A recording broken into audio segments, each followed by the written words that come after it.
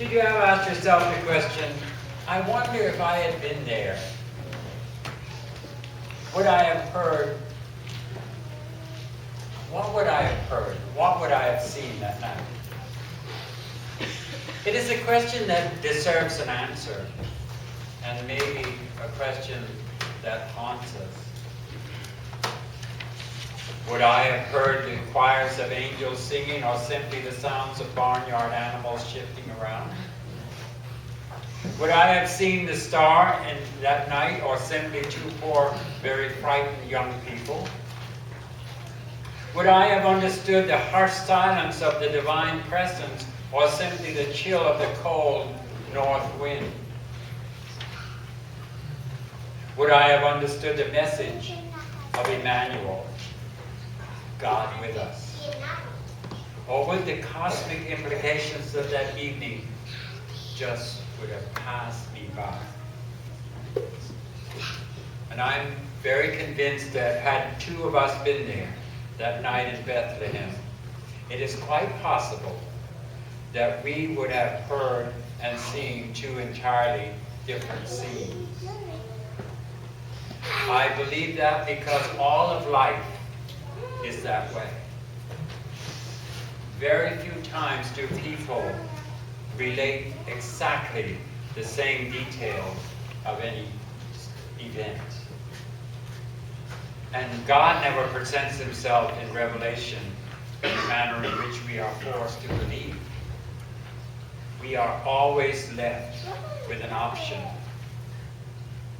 for that is God's way. That is the way God does things. Thus, one person can say, that was a miracle, while another says it was merely a coincidence.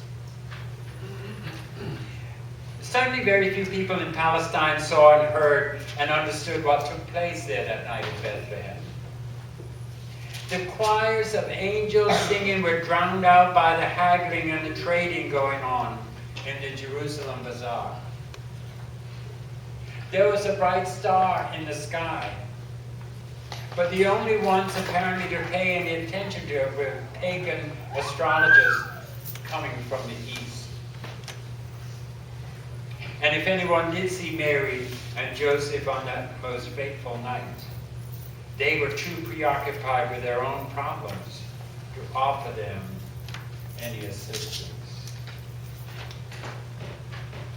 I'm sure a lot of you sitting here this evening remember the episodes or the television show All in the Family. Well, in one of these episodes that aired some years ago, Edith and Archie are attending Edith's high school class reunion. And Edith encounters one of her old classmates by the name of Buck. And Buck, who, unlike his earlier days, had now become excessively obese. Edith and Buck had a delightful conversation about old times and the things that they did together. But remarkably, Edith didn't seem to notice how extremely heavy Buck had become. And later, when Edith and Archie are talking, she says in her whiny voice, "Archie, ain't Buck a beautiful person?" And Archie looks at her with a disgusted expression and says, "You're a pip, you know. You and I look at the same guy, and you see a beautiful person, and I see a blimp." Edith gets a puzzled expression on her face and says something unknowingly profound. She says, "Yeah, isn't it the truth? Isn't it too bad?" You see, what we see and what we hear in life depends not upon the events, but rather who we are as a people. It is not what is out there, but what is inside of us. Many of you have seen again this year Charles Dickens' A Christmas Carol. And there is one scene that is very fascinating. When Christmas passed, it just paid a very discomforting visit to Ebenezer Scrooge. And clearly the old miser is shaken by the entire ordeal. But when he awakes from his sleep, does he take the message to heart? No. He simply dismisses it by saying, bah, humbug, it wasn't real. It's just a bit of last night's undigested meat, a vision to be taken to heart, or simply indigestion. We need to remember that question. A vision to be taken to heart, or simply indigestion. Or you say, had I been there at Bethlehem that night, what would I have seen? I would have understood. There is no way of knowing. Ask yourself what you saw this Christmas season.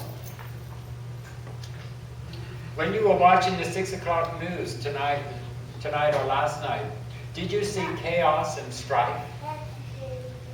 Or did you see sheep without a shepherd?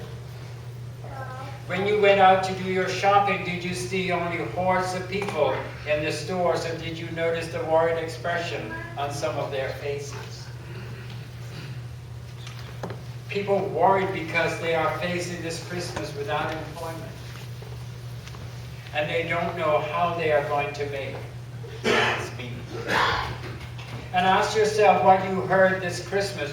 Did you hear only the blast of music and carols?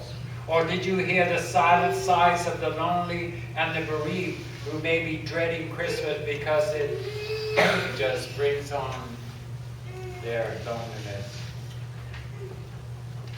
And in the midst of the sounds of honking horns and people arguing over parking spaces, did you hear the faint sound of laughter that will be coming from downtown because you furnished toys for 4 children? You see, so often what we see and what we hear is not dependent upon the event, but it depends upon ourselves. If you did in fact hear the cry of the lonely, the laughter of poor children, if you saw a sheep without a shepherd, then you might just have seen the events that took place in Bethlehem that night. If you lacked that spiritual seeing and hearing, then you probably would have seen with the 99% who were present, but who saw or heard nothing out of the ordinary. In the end, perhaps one of our Christmas carols pens it best when it says, "No ear may hear his coming, but in this world of sin, where meek souls shall receive him still, the dear Christ enters in." Amen.